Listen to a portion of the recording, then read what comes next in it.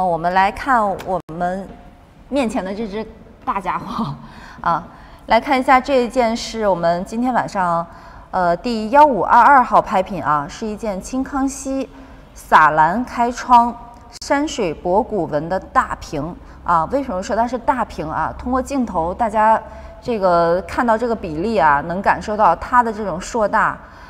有66.8公分的一个高度，那差不多是这个一半的，也就是我们这个人的一半的高度了，已经。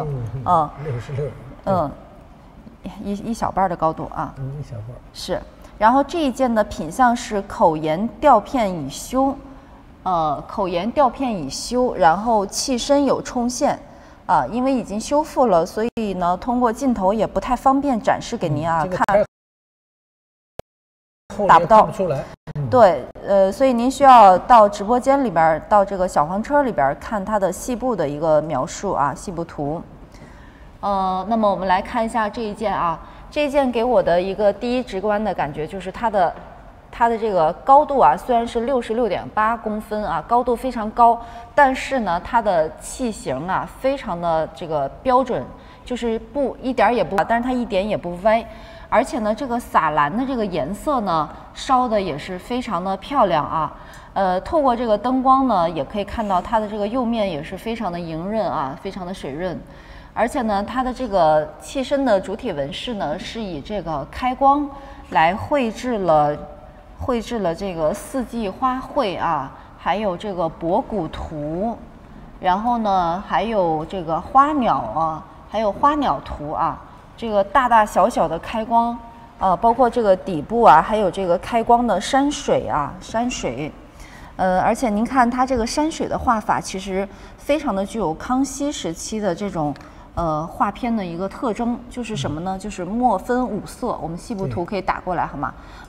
就是它的墨分五色啊，由浅到深，这个层次呢非常的鲜明，层次非常的鲜明。来，我们细部图打过来。哎，我刚才说的是这一块啊，就是说它的这个颜色是墨分五色，墨分五色，对，拉近，墨分五色，然后这个层次非常的鲜明，这个其实也是康熙时期非常典型的一个画片啊。那么康熙时期对于水墨的画法，它是非常的讲究的，然后有墨分五色，还有这个斧劈皴，还有披麻皴等等各种的画法。然后呢，它的这个身上的纹饰啊，还有这个以不同形状的开光啊，有这个四方的开光、花形的开光、圆形的开光，那么还有这个扇形的开光啊、窝角的这种开光啊，非常多海棠形的开光。所以说这一件呢，它的这个绘画，包括它的这个烧制的这种工艺，还是比较的讲究的啊，比较的讲究。我们看一下它的圈足，来看一下。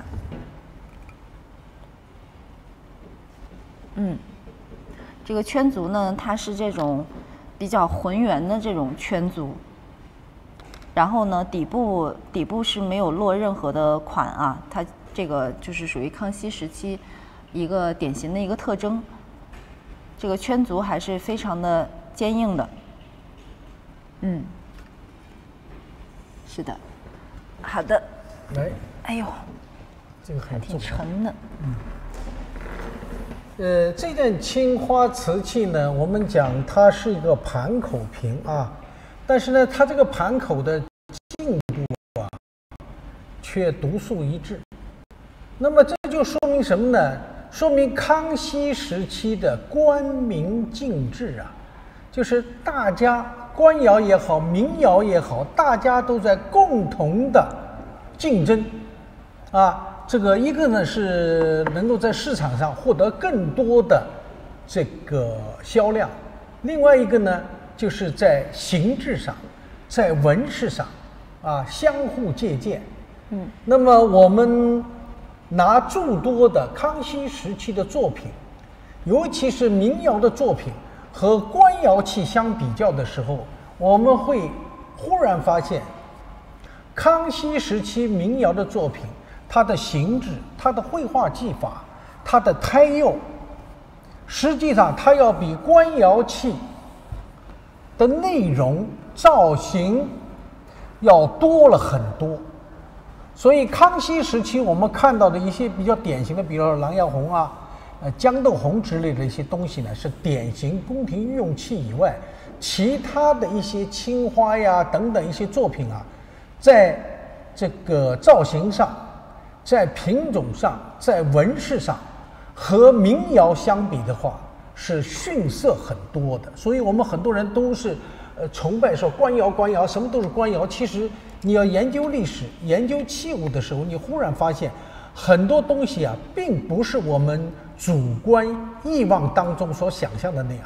其实我们讲17世纪，从明代万历晚期一直到康熙中期这一段时间里边，我们民窑的这种制作工艺反映的这个内容和题材，它的这个量、它的内容要远远超过我们官窑器，这是我们官窑器不能比拟的一个最大的地方。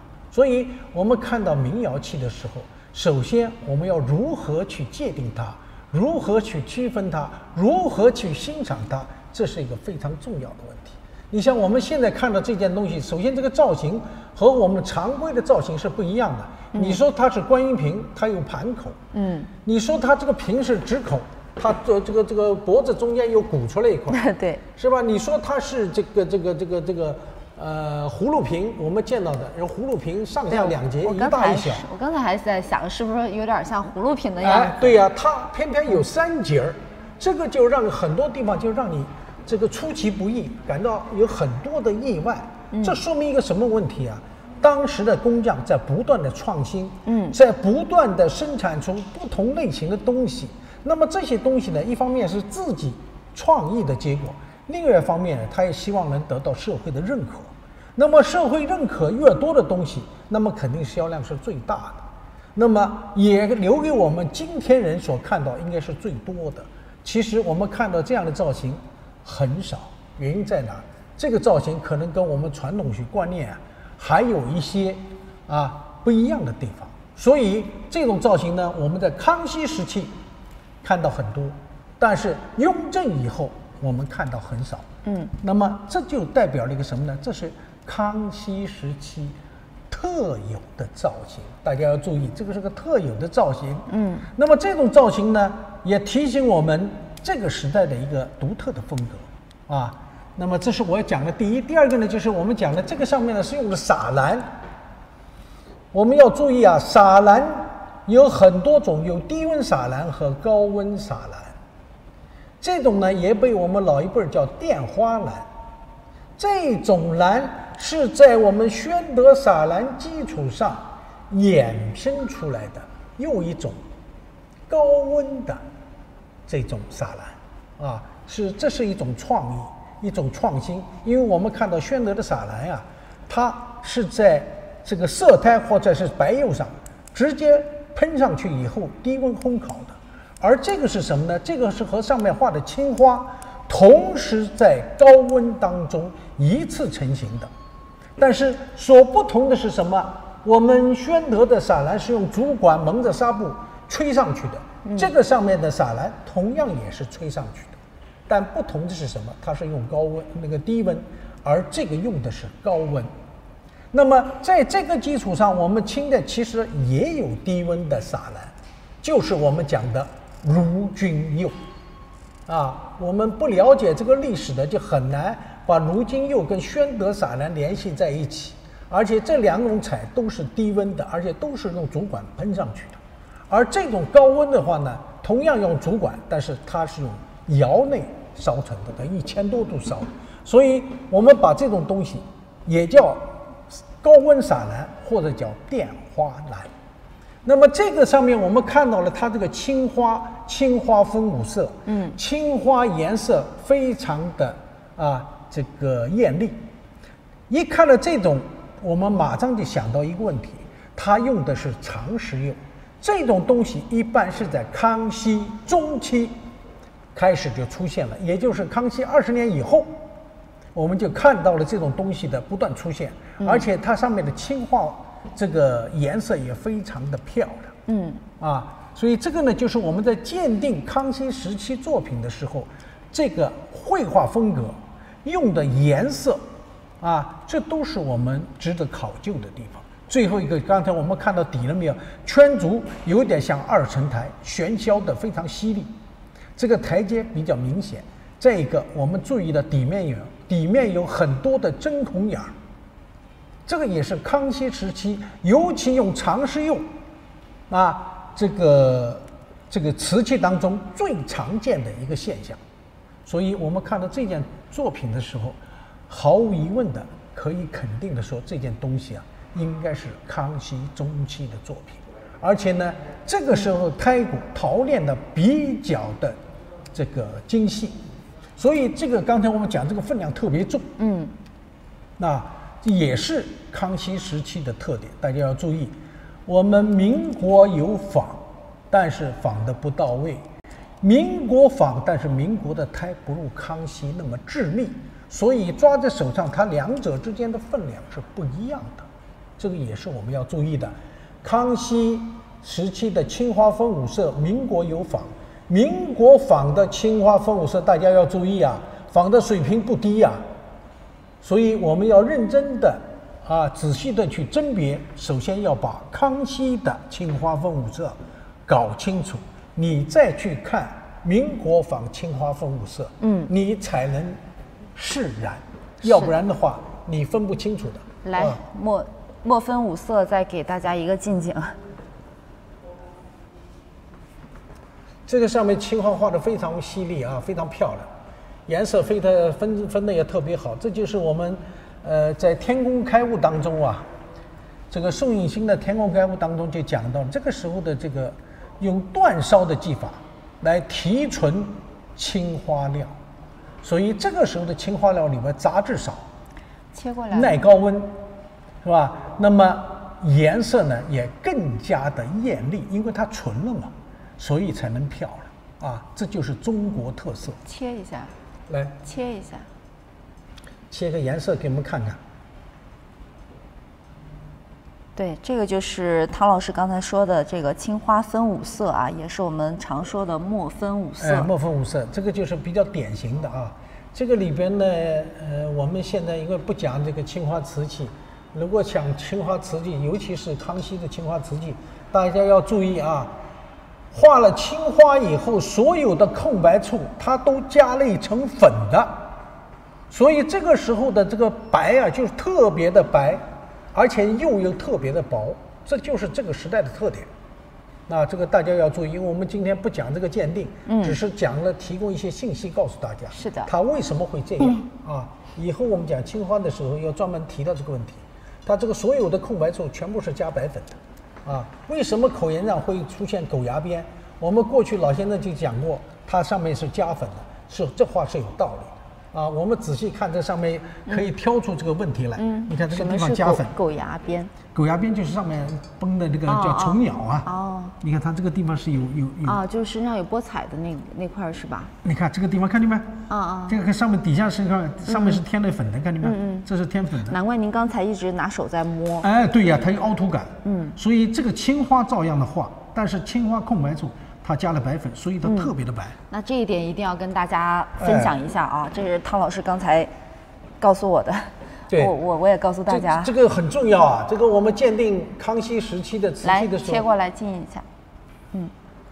来给一个重点给我们靠近。好，这一块这一块转过来，就往这边转。我转吗？对，就这样，看见没有？对，这个地方看见没有？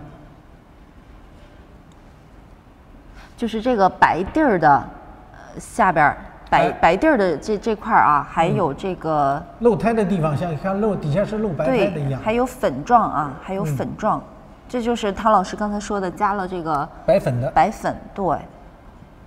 所以为什么康熙的这个碗口沿什么会出现这种虫咬这个现象，就是口沿上又加了粉了。所以这个粉和底下的胎和釉不能完全的融合在一起，形成了气泡，然后就容易出现就是它加粉是为了让它更白，更白。你看这个边上看没有？这就更白，看见没有？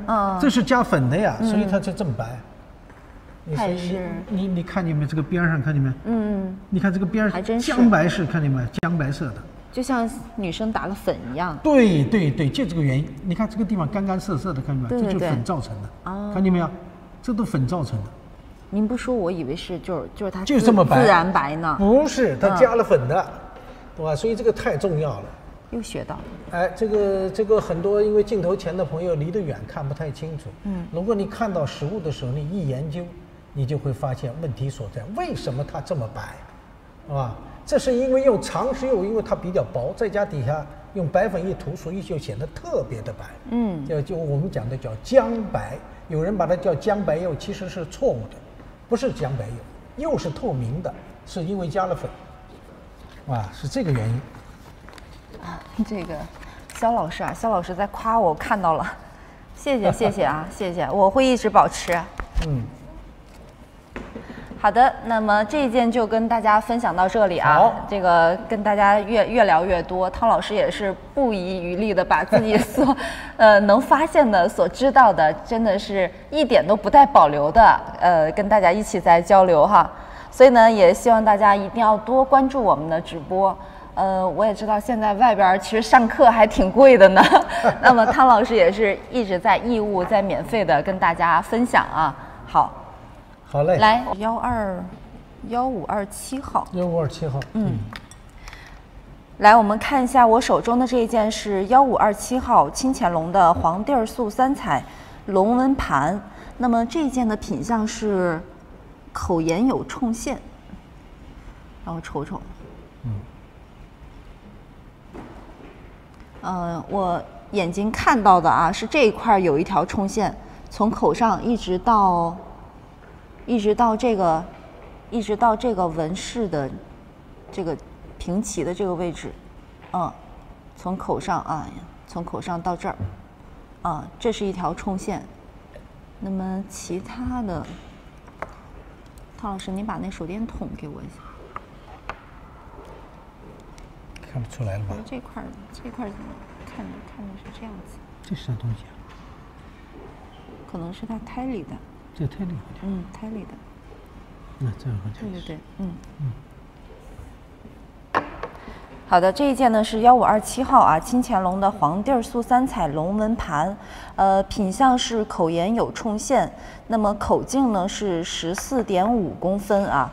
就是这种制式的盘子呢，从康熙时期就开始烧造啊，那么一直到清代的晚期，每个朝代它都有烧造，所以呢，这也是我们清代宫廷的一个传统造型啊，一个传统大运瓷的一个传统造型。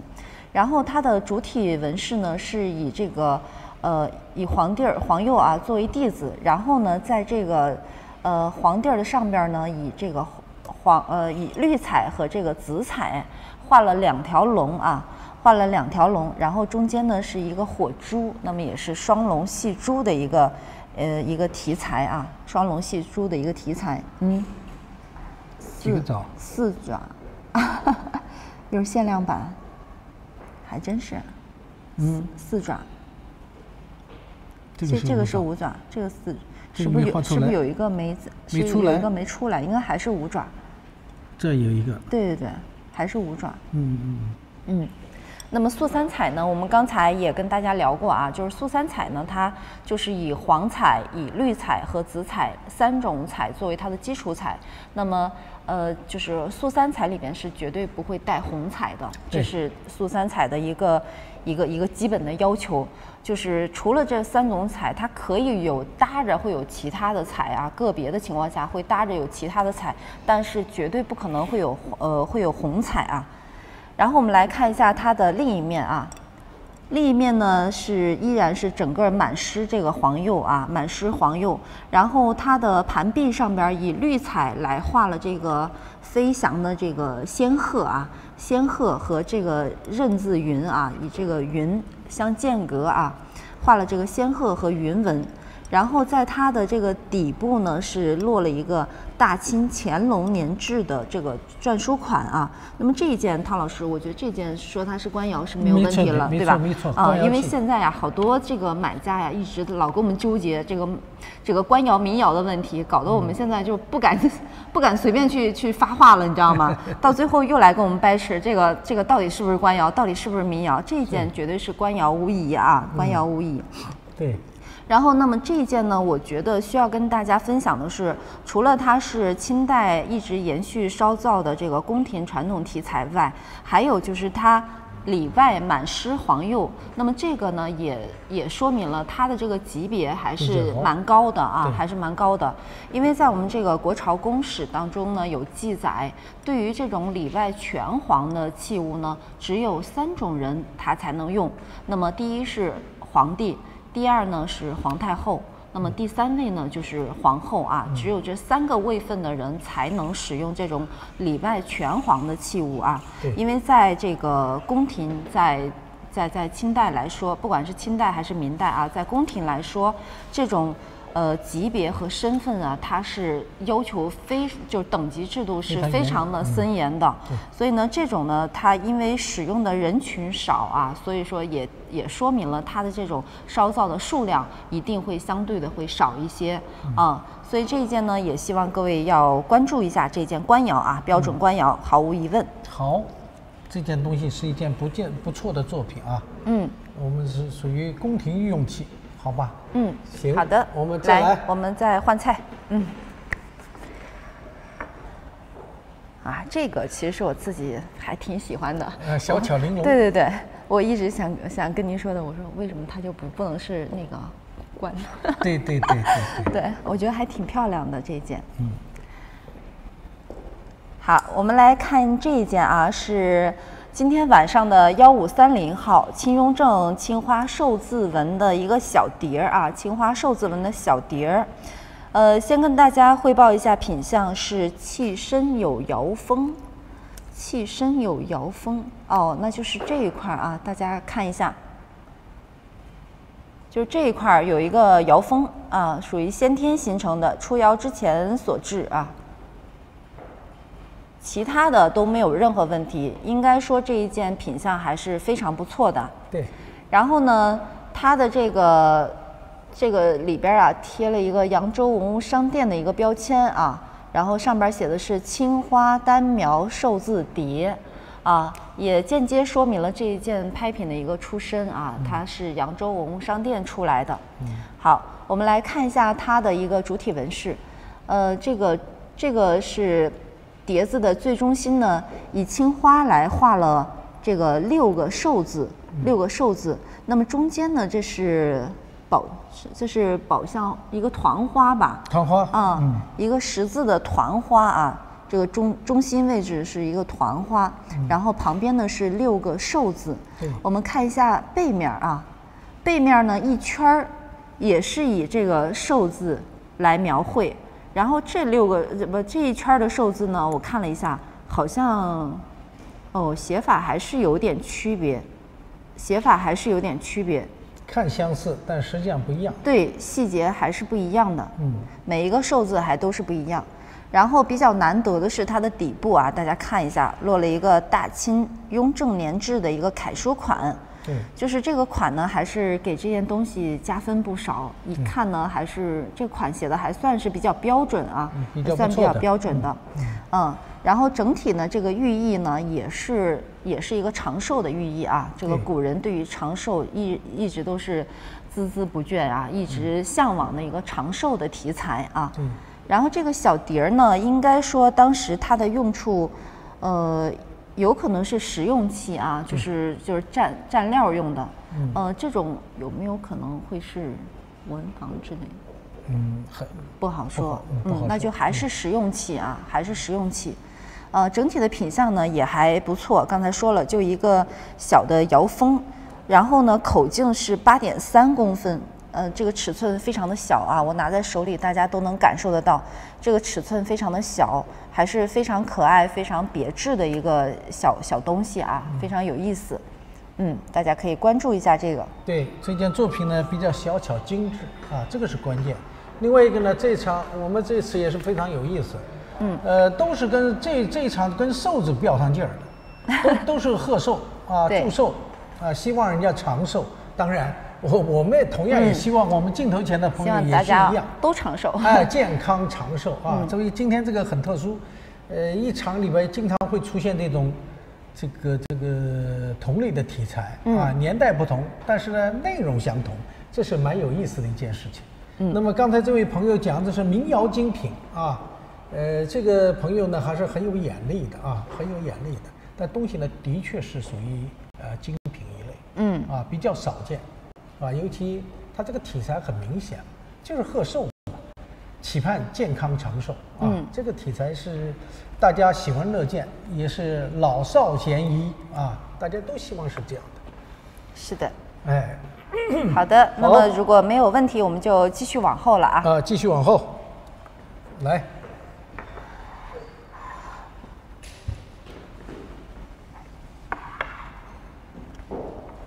好，我们来看一下我手中的这一件是1533号啊，我们18世纪的孔雀蓝釉的花盆。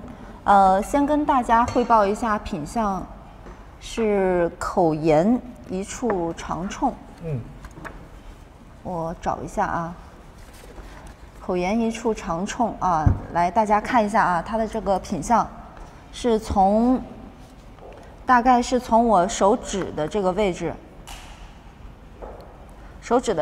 来往上斜着这么一条冲线过来啊，从口这儿啊往下这么斜着的一条冲线过来啊，一直差不多到它的3/4处吧，到它的3/4处啊。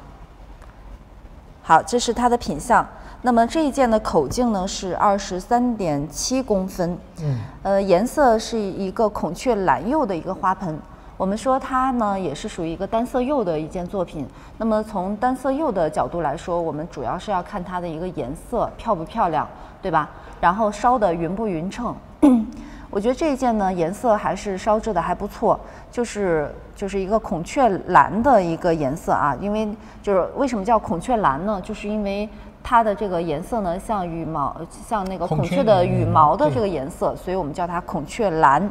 然后这种蓝色呢，其实是在这个18世纪啊，非常受到这个欧洲的皇室啊，还有这个贵族的一个喜爱。我们大家所知道的有一个国外的品牌啊，非常高奢的一个品牌 Tiffany 啊，那么它的一个代表色就是蓝色。是吧？就是蓝色，对。因为这种蓝色它就是一直受到欧洲皇室的一个追捧，非常喜欢这种色。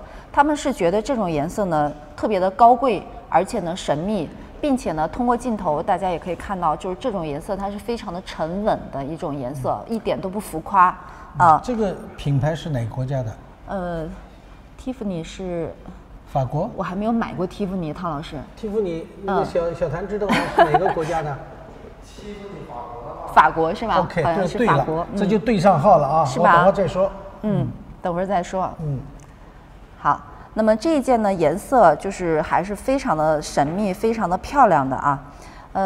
然后我们看一下它的这个里边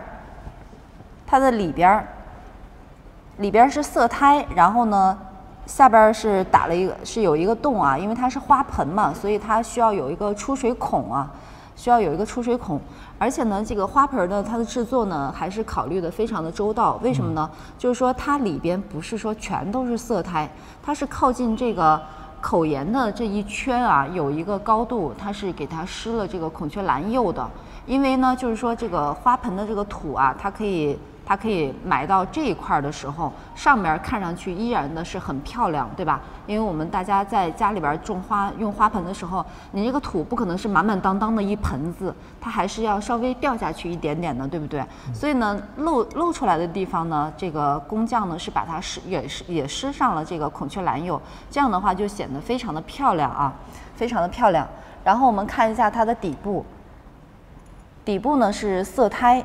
然后呢是一个出水孔啊，这个底部的胎呢，大家依稀呢能看到它的一个很，就是有点像跳刀痕的这种感觉，有点跳刀痕的这种感觉啊，悬披的这种感觉。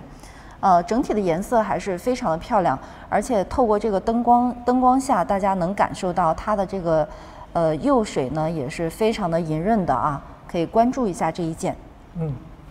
那么这件花盆呢，刚才我说有话说呢，首先跟大家要讲的是什么？这种孔雀蓝，也有叫孔雀绿的这种颜色呢，实际上在1000多年前的波斯就有这种颜色了。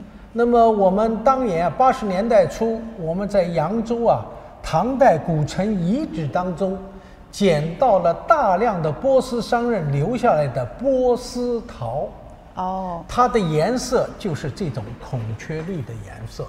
当初我们见到这个波斯桃的时候呢，我们是不懂的。当时我们故宫博物院的研究员冯乾明先生，他是中国古陶瓷研究会的会长，他来到我们培训中心讲课的时候就点出了这个问题。他说：“你们注意，这个东西是波斯陶，里边的胎土呢是那种黄土，就是这个叫波斯就是应该叫什么高原上的这个黄土又做的胎。那么这个颜色呢，这个釉它是高石灰碱釉。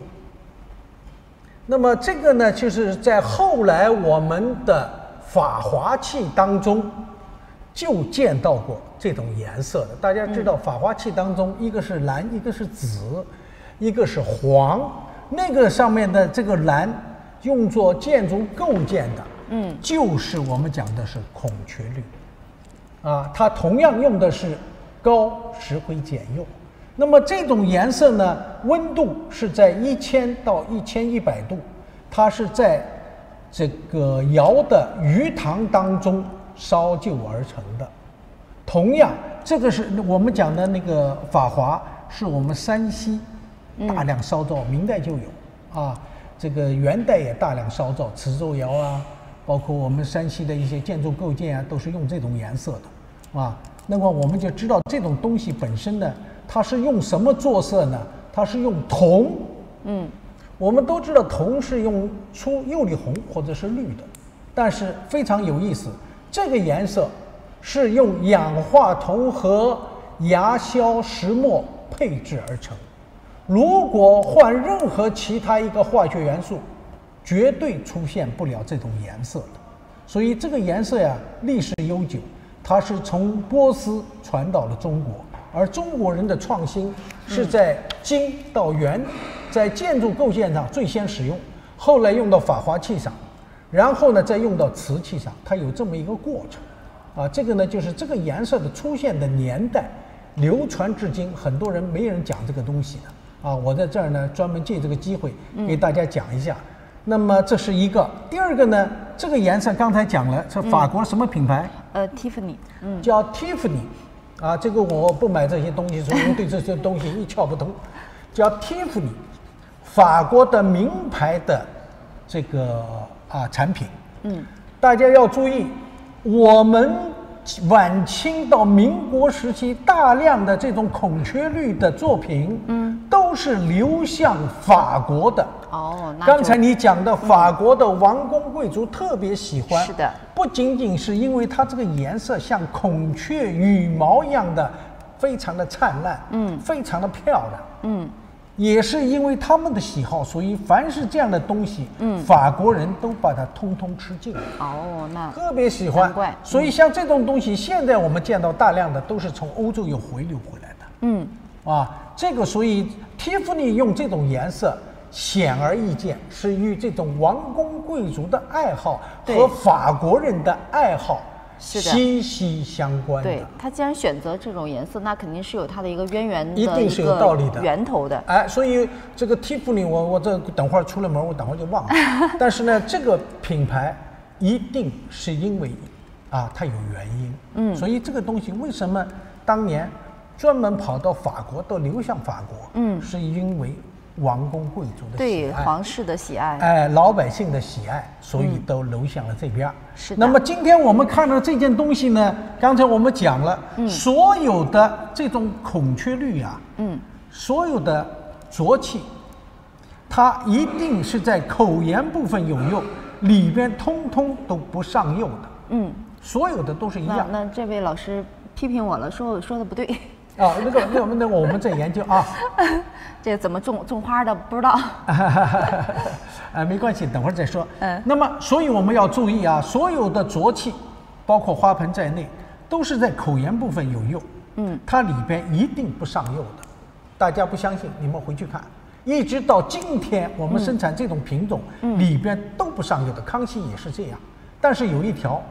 用了牙硝和石墨以后，所有的这些孔雀绿一定是开片的。这是个规律。因为什么？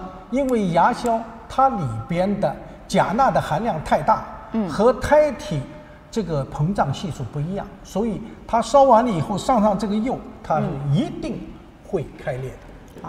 那这也是个规律。这件也是有开片的，一定开片的。这上面我眼睛看不见，您能放大镜一看，非常好。里边全部满满的开片。然后呢，再给大家讲什么呢？就是这个器型，我们写的是18世纪啊，请大家注意，这个器型如果肚子再丰满一点，它的年代就要早一些。这个口沿到腹部收的比较多一点，这个年代呢就要往后来一点啊。所以我们写的18世纪，它既可以是乾隆，也可以是嘉靖。这个呢是我这儿特别讲的。最后一个呢，就给大家讲的就是这个花盆的这个底下的这个孔，给大家讲清楚。我们清代早期的花盆的孔是比较小的，越到后边孔越大，这和紫砂不一样。紫砂早期的孔是大的，到后来变小，正好相反啊！大家记住。所以大家不相信，你们去翻康熙的花盆，它底下2个眼很小。可是我们这个孔呢有点大了，说明它的年代已经到了清代中期了，所以这都是我们鉴定的这个要素。刚才这位朋友讲，不是的，老师过去不直接把花种在这个里边的你说的有道理，是的，这个很有可能呢，里面这是做一个盆套，但是我告诉大家，底下一定还要有一个托，有一个帘儿，因为这个里面呢用那个陶的。这个种花大家都懂了，这个我不用解释。镜头前的朋友，镜头前的你啊，也是懂的。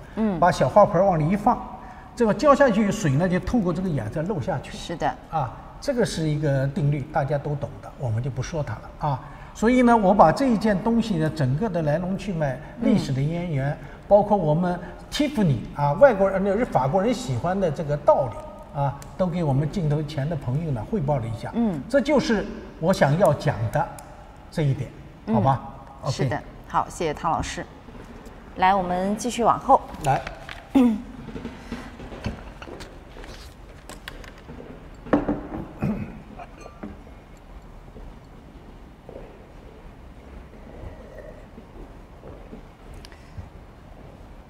好，我现在手中的这一件呢，是我们今天晚上的1535号拍品清康熙撒蓝地儿。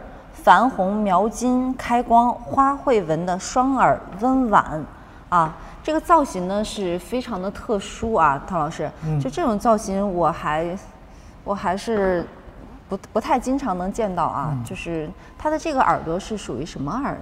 这是那个什么葵耳吧？这是那个叫鱼化龙鱼耳鱼耳鱼耳这种造型那个歌谣上面就有，宋代就有。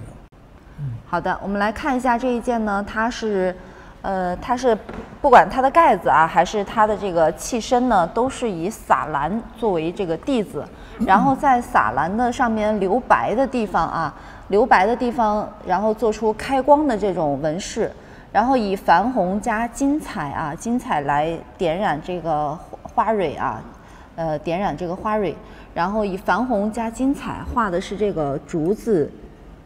梅花，那也是梅竹双青图梅竹双青图。我们再来看一下这边这边也是以这个开光的方式，用矾红和金彩来描绘了这应该是牡丹花吧？这不是牡丹花，这好像是那个什么，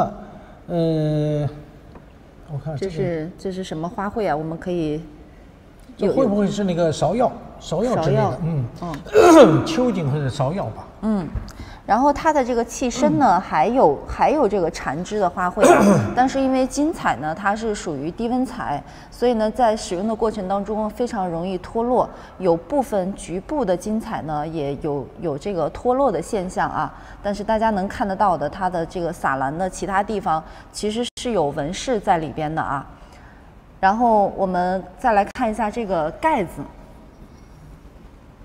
那么这个盖子上的纹饰呢，和我们刚才看到的这个器身上的纹饰呢，它是相呼应的啊，整个的纹饰都是一致的，也是以一组扇形的花卉和一组这个扇形的这个梅竹双青图案啊，然后中间呢再以金彩来描绘这个缠枝花啊，整体的纹饰和它的这个器身都是非常的呼应，而且盖子上面大家也隐约能看得到这个金彩的这个原来的纹饰啊，虽然说它的金彩脱落了，但是它原来的纹饰、原来的这个样子都能看得非常的清楚啊，都能看得非常的清楚，而且它的这个盖钮上面呢依然也有金彩。这个平时我们拿盖的这个习惯呢是捏它的这两边儿，所以它的顶部的这个金彩保存的还是非常的完好的啊。对。然后这一件呢，我觉得比较难得的是，就是盖子和器身原配。而且呢，盖子能保留至今是非常难得，因为从古至今我们知道有很多的这个器物啊，到最后都是主体留下了，然后盖子没了，对吧？所以说这一件呢能保留原盖啊，真的是非常的难得，这么一组拍品啊。对，这件东西呢，我们定的是康熙是没错啊。这个刚才讲的这个耳啊，我想起就是我们这个龙泉窑上面的那个鱼化龙的那个耳啊，这个呢就是类似像这样。那么这个造型呢，有的人可能理解为这个东西是外销瓷啊，其实这个造型是我们典型的中国传统的器型。那么我们在过去啊工作当中曾经碰到过咸丰就有这种双耳的啊，有那种覆斗形的，也有那种仿青铜龟的造型，两个带双耳的。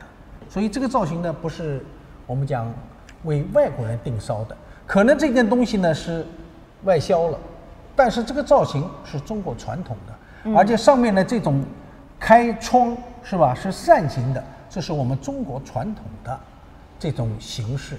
那么但是呢，我必须要强调是什么？刚才我们看到了这个器型，看到的绘画的这个技法，告诉大家日本人特别喜欢这种东西，而且仿造了很多这样的东西，他们叫什么？叫1万里。日本1万里窑专门烧过大量的仿明代嘉靖万历的五彩以及康熙五彩，这种纹饰和造型就是在仿制之力。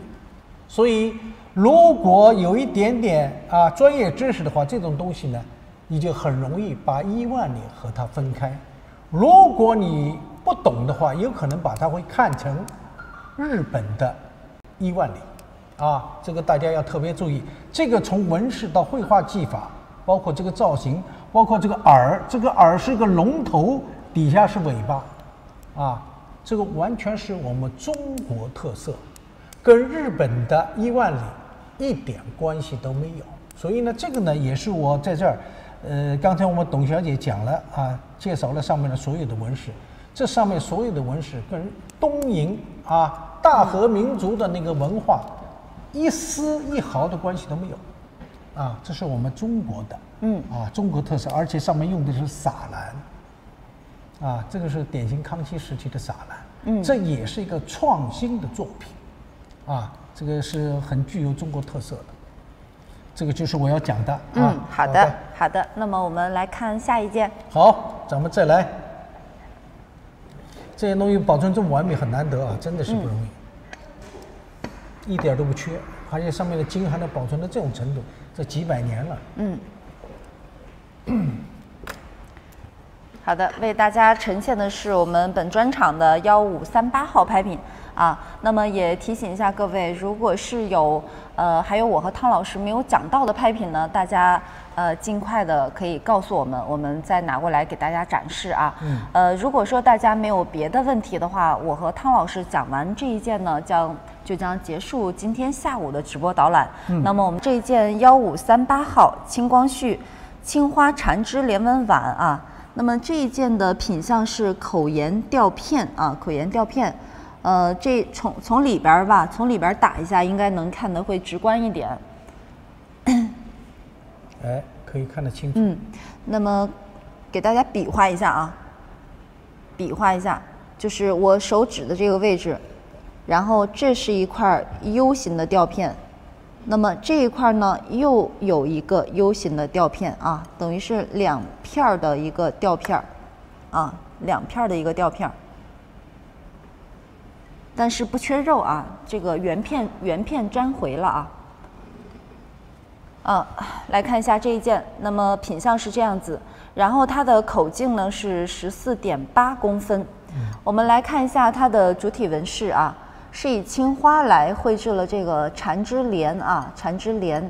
那么一朵莲花接着一朵莲花，这个也就是从不间断啊。那么从这个绘画的寓意上，它要表达的一个意思呢，也是象征着这种生生不息啊，生生不息，也是一个长寿的一个寓意在里边啊。然后呢，看一下它的碗心的里部啊，碗里部。碗心呢依然是一个莲花的一个造型啊，莲花的一个纹饰，然后看一下它的底部，底部呢是落了一个特别标准的大清光绪年制的这么一个6字双行的楷书款，看到这种款大家就毫无疑问了，就不会有其他的问题来问了吧？这是标标准准的一个官窑作品啊。那么不管是从它的这种胎还是釉，还是说它的画工，还是说它的青花发色，我觉得都没有什么可挑剔的。这一支的质量呢，应该算是还不错，质量还是挺高的。而且青花的发色呢，大家通过镜头也可以看得到，这个发色非常的漂亮，非常的明艳啊，非常的不错。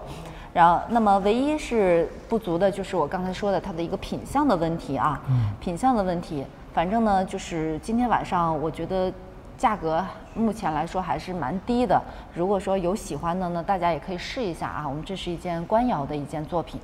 好的，这件东西呢，应该一目了然，就是你看它的这个造型，看它的纹饰，看它的色彩，以及再说的抽象一点，你就看它这个气质好了。一看它就是皇家之气。所以看到这种东西呢，应该毫无疑问，这就是官窑气啊。这个应该说是工艺上来讲，应该是比较的精彩啊，绘画色彩什么都是比较漂亮，款呢也写的比较规整，不是那个刚才我们讲那个嘉庆啊、那个乾隆啊民窑东西写的歪歪扭扭的啊。草款。这个呢就是真是宫廷用器啊，它还是真的很讲究。该是官窑的，它一点都不含糊啊，御窑厂的作品。行。好的，好的。那么这一件就为大家讲解到这里。